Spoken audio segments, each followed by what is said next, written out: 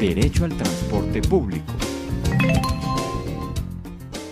Hola niños, Hola Pedro, qué gusto verte. lo mismo digo, están lejos de casa, van a ir caminando. No, Pedro, vamos a ir en bus. Ah, veo que van a hacer uso del sistema público de transporte. Sí, tú también vas a hacer uso de este. Sí, al igual que todos los días voy a hacer uso del transporte público para llegar a mi lugar de trabajo. Pedro, pareces conocer muy bien el transporte público. ¿Podrías explicarnos un poco mejor en qué consiste este transporte? Claro que sí, Lucía, todo radica en que las personas somos libres de movernos alrededor de todo el territorio colombiano. Y para esto contamos con el transporte público y particular. Podremos acceder al transporte público de manera libre y con calidad y seguridad. El Estado es el encargado de regular el transporte público, pero son empresas particulares quienes se encargan de prestar el servicio según la normatividad establecida por la ley colombiana. Colombia cuenta con 3 medios de transporte públicos de pasajeros. ¿Nos podrías decir cuáles son? Claro, son el transporte aéreo, transporte fluvial, transporte marítimo y el transporte terrestre. Estas formas de transporte pueden ser colectivas o masivas. ¿Qué es transporte masivo y qué es transporte colectivo? El transporte masivo de pasajeros es prestado por trenes, ferrocarriles o por vehículos que pueden movilizar grandes cantidades de personas a la vez.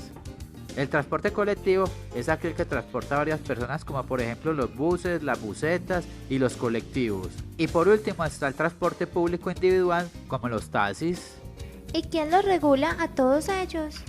Todos ellos se encuentran regulados por una serie de leyes y decretos. Uno de los decretos es el 1660 del 2003, el cual busca garantizar la accesibilidad de la población en general, con especial atención a las personas con discapacidad en todos los modos. La ley 769 del 2002 es el Código Nacional de Tránsito Terrestre y allí se estipulan cómo deben funcionar el transporte público y privado dentro de Colombia. La ley 361 de 1997 establece los mecanismos de integración social de las personas con limitación.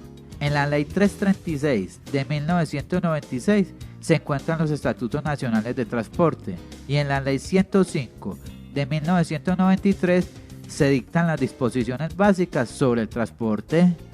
Nosotros podemos acceder a todos los medios de transporte. Para ingresar al servicio debes conocer qué medios de transporte existen en Colombia y en qué consiste cada uno de ellos. Adicional, tienes que tener en cuenta los requisitos que se requieren para acceder a ellos. Algunos de ellos no se pueden acceder si acabas de realizarte alguna cirugía, si sufres de vértigo o tienes problemas cardíacos. Por eso, antes de acceder a los servicios, debes saber qué condiciones necesitas para acceder a ellos. ¿Nos explicas un poco más cuáles son los diferentes medios de transporte? Sí, Lucía.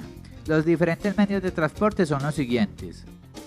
El transporte fluvial es aquel que se hace por ríos navegables. El aéreo es aquel que se hace por medio de un avión por vía aérea. El terrestre se realiza por carreteras. En el marítimo, el transporte se hace por mares. Y por último, el ferroviario se realiza por carrileras, trenes, metros, tranvías. ¿Y cómo accedemos a los diferentes medios de transporte? Como ya conoces los diferentes medios de transporte, puedes seleccionar en cuáles deseas transportarte según la oferta de estos. Cuando selecciones el medio que más te conviene, debes dirigirte al lugar donde parte el servicio seleccionado. Una vez llegues allí, debes adquirir tu tiquete para poder acceder al servicio. Las empresas prestadoras del servicio deben garantizarte las condiciones de accesibilidad, comodidad, calidad y seguridad para tu traslado al lugar de destino. Las empresas prestadoras de este servicio deben garantizarte condiciones favorables para la utilización de los diferentes medios de transporte por parte de las personas con discapacidad. ¿Nos puedes explicar un poco más las condiciones de accesibilidad que deben garantizar las empresas prestadoras de este servicio? Por supuesto, las empresas de transporte público masivo deben de garantizar la accesibilidad a terminales y estaciones. Las terminales y estaciones de transporte público colectivos de pasajeros deben contar con todos los espacios físicos e información accesible. Deben también capacitar a todos los empleados anualmente, personal de información, vigilancia, aseo, expendedores de tiquetes, conductores, guías de turismo en materia relacionada con la atención integral a los pasajeros con discapacidad. Para la accesibilidad en los medios de transporte, los automotores deben contar con espacios físicos necesarios para llevar las ayudas técnicas o ayudas vivas, por ejemplo perros guías, sin costo adicional. Todo vehículo de capacidad igual o superior a 20 pasajeros debe tener 2 sillas, dotadas con cinturones de seguridad, las más cercanas a las puertas de acceso y señalizadas adecuadamente para uso preferencial por parte de los pasajeros con discapacidad. Los medios de transporte masivo tendrán elementos de señalización sonoro y visual, ingreso y salida accesible, espacios adecuados para la ubicación de ayudas técnicas, áreas adecuadas para la ubicación de personas en sillas de ruedas, con cinturón de seguridad y anclaje para la silla, dimensiones mínimas para el desplazamiento de personas con movilidad reducida al interior. En el caso del transporte fluvial o marítimo, las terminales deben ser accesibles, al igual que los muelles o embarcaderos. Estos espacios deberán contar con espacios físicos e información accesible, personal capacitado, entrenado y disponible para atender a los pasajeros con movilidad y o comunicación reducida, equipos apropiados en sus instalaciones para facilitar la movilización de personas con discapacidad. Las empresas de los puertos, terminales, muelles o embarcaderos fluviales capacitarán anualmente a todo el personal de información, vigilancia, aseo, expendedores de tiquetes, conductores, guías de turismos y personal afín en materia relacionada con la atención integral al pasajero con discapacidad. En cuanto a la accesibilidad a los medios de transporte, las embarcaciones de transporte público fluvial de 20 pasajeros o más deben contar mínimo con 2 puestos para el uso preferencial de personas con discapacidad, debidamente señalizados y provistos de chalecos salvavidas para bien de ellos. Y en el caso del transporte aéreo, ¿qué pasa? Para el transporte aéreo, todas las instalaciones donde se efectúa el embarque, transborde o el desembarque de pasajeros deberán contar con los equipos apropiados para facilitar el movimiento de las personas con movilidad reducida entre las aeronaves y el terminal de pasajeros.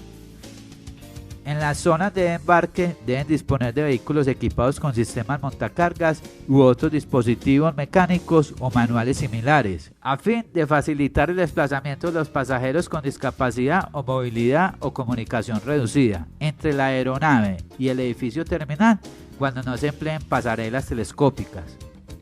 Deben contar con servicios de guías para las personas que lo requieran, en forma permanente y gratuita. Garantizar medidas que aseguren que las personas con discapacidad sensorial y auditiva y visual pueden obtener la información oportuna del vuelo. Las zonas reservadas para el acceso y la salida de las personas con discapacidad deben de estar lo más cerca posible de las entradas principales al aeropuerto. La señalización adecuada visual, táctil o sonora que indiquen las rutas hacia las diferentes zonas del aeropuerto. El transportador aéreo no puede negar el servicio de transporte a personas con discapacidad, a menos que se determine plenamente que dicho transporte puede empeorar la situación de las personas o de los pasajeros, poner en riesgo la integridad de los demás pasajeros o afectar la seguridad del vuelo. Si los diferentes medios de transporte no están cumpliendo con estas disposiciones, ¿qué debemos hacer? Si alguna de estas disposiciones no se cumple, se le debe solicitar directamente a la empresa prestadora del servicio el cumplimiento de las normas y las regulaciones vigentes. Si la situación no mejora, podemos recurrir a la Superintendencia de Transporte o quien haga sus veces según el nivel en que se encuentre. ¿Puede ser un poco más preciso? Si el incumplimiento se da por parte de los transportadores aéreos, debe recurrir a la Unidad Administrativa Espacial de la Aeronáutica Civil. Si es por parte de los transportadores terrestres, se recurre a los organismos de tránsito municipal o distritales, y si el incumplimiento es en el transporte fluvial, debes acudir a los organismos de la Marina Municipal o distrital. Pedro, gracias por toda la información que nos has brindado. Ya viene nuestro bus, entonces tenemos que despedirnos. Hasta luego, niños, que tengan un buen viaje y nos vemos pronto. Nos vemos, Pedro. Un feliz viaje para ti también. Chao.